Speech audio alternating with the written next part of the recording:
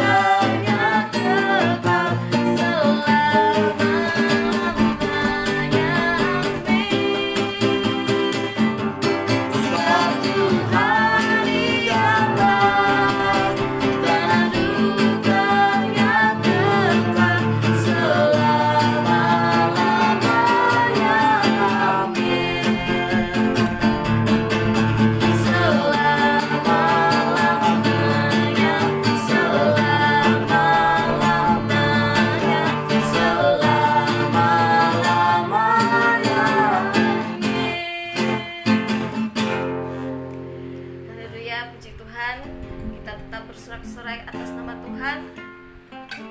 Dan sebentar lagi kita akan siapkan hati kita. Mari kita sambut firman-Nya. Mari kita katakan sujud di altarnya. Bila hati terasa berat, tak seorang pun mengerti bebanku. Ku tanya Yesus, apa yang harus ku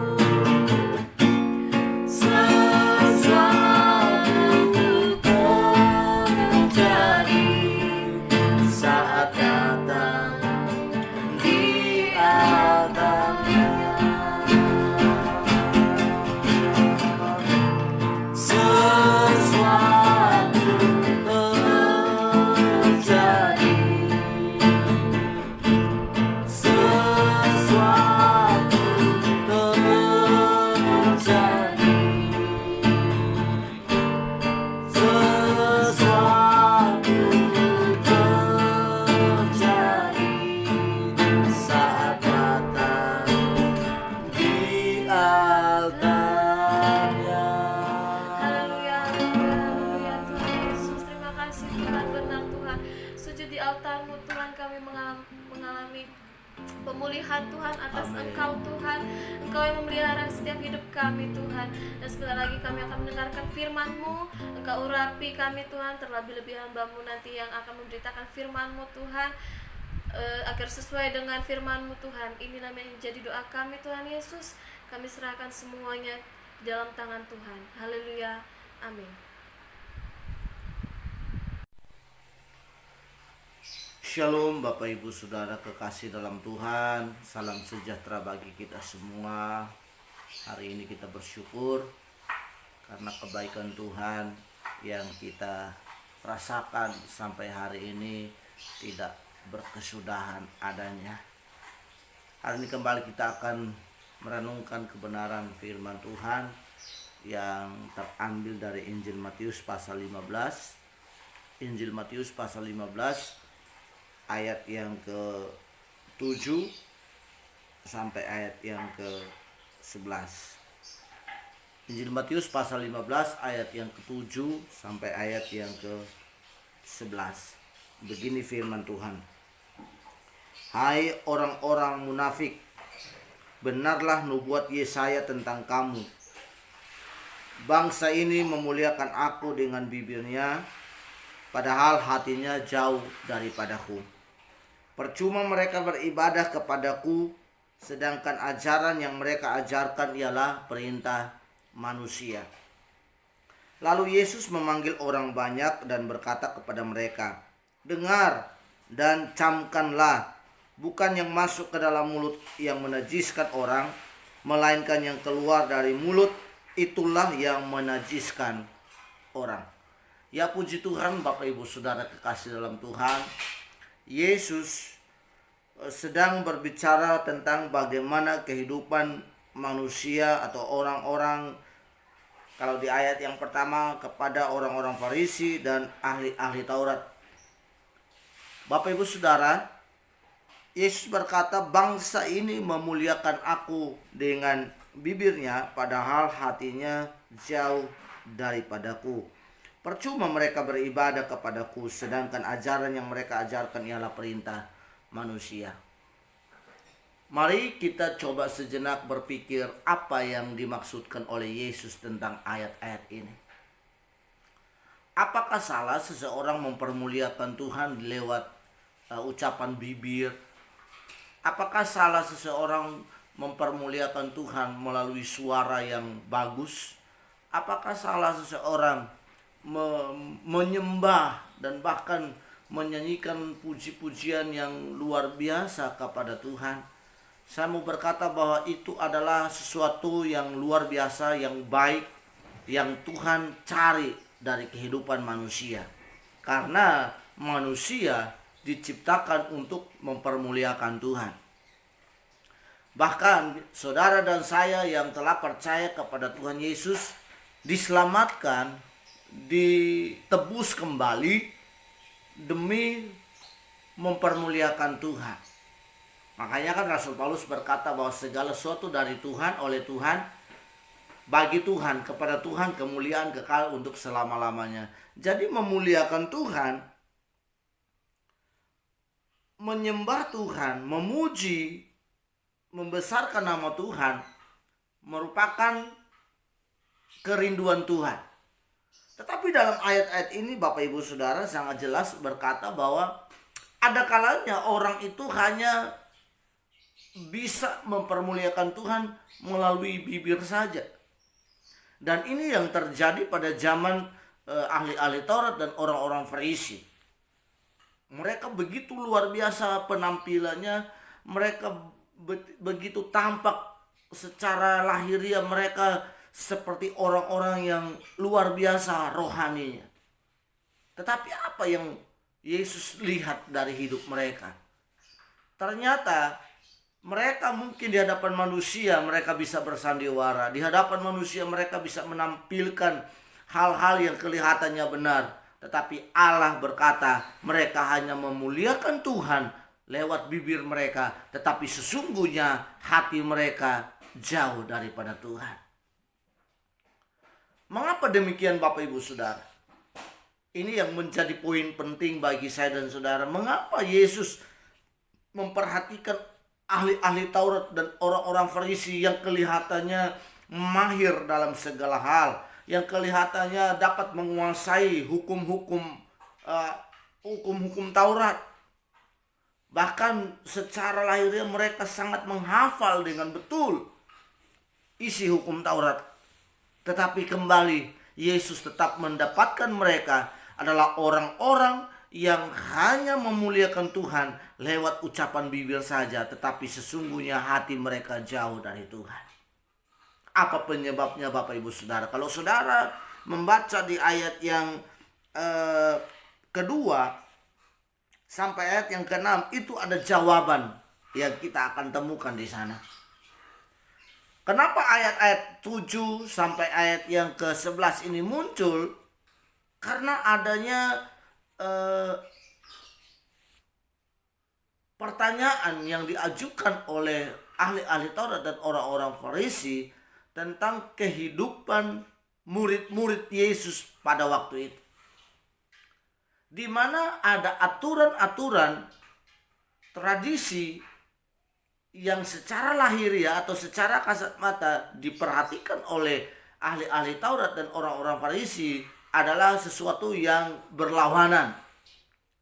Tentang apa? Makan dengan tidak mencuci tangan. Bukankah hal ini adalah sesuatu yang baik? Tidaklah salah Bapak Ibu Saudara kalau kita mau makan sesuatu, sementara kita selesai mengerjakan sesuatu yang kotor, perlu kita membersihkan diri, membersihkan atau membasuh tangan, mencuci tangan adalah sesuatu yang baik. Tetapi yang Yesus perhatikan di sini bukan soal basuh tangan atau mencuci tangan, tetapi bagaimana ahli-ahli Taurat dan orang-orang Farisi menempatkan tradisi atau adat istiadat melebihi kebenaran Tuhan. Ahli-ahli Taurat, orang-orang Farisi lebih memperhatikan hal-hal yang berkaitan dengan lahiriah dengan hal-hal yang berkaitan dengan Tuhan. Artinya mereka lebih condong, lebih menaruh perhatian secara mendetail kepada hal-hal lahiriah, tetapi kepada kebenaran mereka mengabaikannya. Oleh karena itu muncul ayat 8 berkata, bangsa ini memuliakan aku. Memang mereka memuliakan aku, tetapi hanya ucapan bibirnya saja yang kelihatannya memuliakan aku, tetapi hati mereka jauh daripadaku. Mari kita introspeksi diri.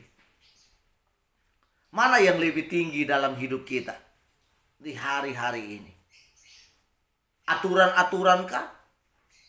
Aturan manusia kah? Atau ada tradisi-tradisi dalam dunia ini yang lebih hebat dari kebenaran kah?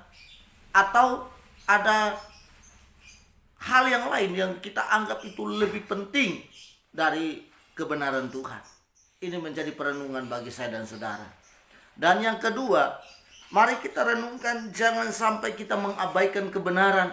Jangan sampai kita memutarbalikkan kebenaran hanya karena ada sesuatu yang kita ingin capai dalam hidup kita. Biarlah kiranya kuasa Tuhan mengalir dalam diri kita sehingga kita dianggap bukan hanya memuliakan Tuhan lewat bibir kita. Kita bukan hanya memuliakan Tuhan melalui ucapan bibir, tetapi biarlah secara atau segenap hidup kita, segenap pikiran kita, segenap hati kita mempermuliakan Tuhan. Sebab inilah yang Tuhan cari. Kalau kita mau menyembah, biarlah kita menyembah secara utuh. Kita mau berserah kepada Tuhan. Kita mau menyembah bukan hanya di lewat ucapan bibir, tetapi segenap hati kita, kita mau mempermuliakan Tuhan. Mari Bapak Ibu Saudara, jangan sampai kita orang-orang yang hanya memperhatikan hal-hal lahiriah. Benar, tidak ada yang keliru dari hal ini Bapak Ibu Saudara. Tetapi jangan sampai kita akhirnya dikatakan kita ini orang munafik. Kelihatannya kita itu sempurna. Kelihatannya kita ini adalah orang yang benar-benar luar biasa rohaninya, tetapi sesungguhnya Tuhan melihat, aduh anakku, hatimu jauh daripadaku. Karena apa? Adat istiadat, tradisi-tradisi nenek moyang kah? Atau mungkin tradisi daerah-daerah tertentu menyebabkan kita menempatkan adat istiadat itu melebihi porsinya Tuhan, melebihi kebenaran Tuhan. Bahkan kita menempatkan tradisi atau adat istiadat itu di atas segala-galanya. Ini teguran bagi kita. Ahli Taurat, orang-orang Farisi ditegur. Mereka muliakan Tuhan, tapi hanya dengan bibirnya saja. Karena apa? Mereka menempatkan tradisi atau adat istiadat melebihi standar kebenaran Allah. Sekali lagi, yang kedua tadi adalah memutarbalikkan kebenaran. Kelihatannya benar. Makanya di ayat yang keempat, Yesus mengutip salah satu hukum perintah Tuhan, yaitu perintah yang kelima, hormatilah ayah dan ibumu. Ayat 4, sebab Allah berfirman, hormatilah ayahmu dan ibumu, dan lagi siapa yang mengutuki ayahnya atau ibunya pasti dihukum mati. Namun apa yang terjadi Bapak Ibu Saudara, pada zaman ahli-ahli Taurat, orang-orang Farisi, mereka justru memutarbalikannya dengan berkata bahwa kalau kita sudah ada orang tua yang meminta bantuan kepada kita, kita katakan bahwa tidak ada lagi yang kami miliki, sebab yang kami miliki kami sudah persembahkan untuk kemuliaan Tuhan. Yang kedua, jangan memutarbalikkan kebenaran Tuhan hanya ingin untuk mencari popularitas diri dalam diri saudara. Kita mengabaikan hal-hal yang utama, hal-hal yang penting dalam hidup kita dengan kita mencari supaya kita terkenal. Ini penting Bapak Ibu Saudara. Yesus menegur mereka di ayat yang kelima, tetapi kamu berkata, barang siapa berkata kepada bapaknya atau kepada ibunya, apa yang ada padaku yang dapat digunakan untuk pemeliharaanmu sudah digunakan untuk persembahan kepada Allah. Saudara, secara kasat mata hal ini benar, karena dilihat bahwa dia mempersembahkan persembahan kepada Tuhan. Nah, ini yang seringkali ada orang-orang yang bertanya kepada saya atau bertanya jawab mengenai persepuluhan. Ada kalanya orang itu luar biasanya berkorban di gereja, itu luar biasa, tetapi orang tuanya kadang diabaikan. Bukan berarti persembahan kepada Allah itu adalah sesuatu yang keliru. Tidak. Kita memberi kepada Tuhan adalah sesuatu yang benar. Tetapi jangan sampai karena kita alasan bahwa kita memberi kepada Tuhan, sehingga ketika orang tua benar-benar membutuhkan, kita tidak melakukan bagian kita. Ingat, hati-hati dengan hal-hal ini. Pertama, jangan sampai adat istiadat melebihi posisi kebenaran atau posisinya Tuhan. Dan yang kedua, jangan memanipulasi kebenaran. Alasan menyembah, mempersembahkan kepada Tuhan untuk kita tidak dapat melakukan sesuatu yang baik untuk orang tua, untuk orang-orang yang ada di sekeliling kita.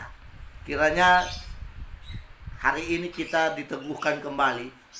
Jangan saudara dan saya itu mempermuliakan Tuhan, tetapi mempermuliakan Tuhan hanya lewat bibir saja. Tetapi biarlah segenap hidup kita, segenap hati kita, bahkan seluruh kehidupan kita mempermuliakan Tuhan Yesus. Mari tundukkan kepala, kita berdoa. Haleluya, haleluya. Terima kasih Tuhan Yesus buat kebenaran firman Allah hari ini. Biarlah kami menjadi anak-anak Tuhan yang bukan hanya mempermuliakan Engkau lewat ucapan bibir saja Tuhan, tetapi biarlah hidup kami mempermuliakan Engkau ya Bapa. Terpujilah Engkau kekal untuk selama-lamanya. Biarlah kebenaran-Mu memerdekakan kami, kebenaran-Mu menjadi kebenaran yang sejati dalam hidup kami. Terima kasih Tuhan. Di dalam nama Yesus Kristus Tuhan kami berdoa, dan biarlah firman-Mu mengubah hidup kami, firman-Mu menguasai hidup kami. Dalam nama Yesus, haleluya, amin. Shalom Bapak Ibu Saudara, kiranya Tuhan Yesus memberkati. Bagi saudara yang merasa diberkati, saya kembali ingatkan jangan lupa untuk like, beri subscribe dan komen, karena ini berguna untuk kita semua. Tuhan Yesus memberkati.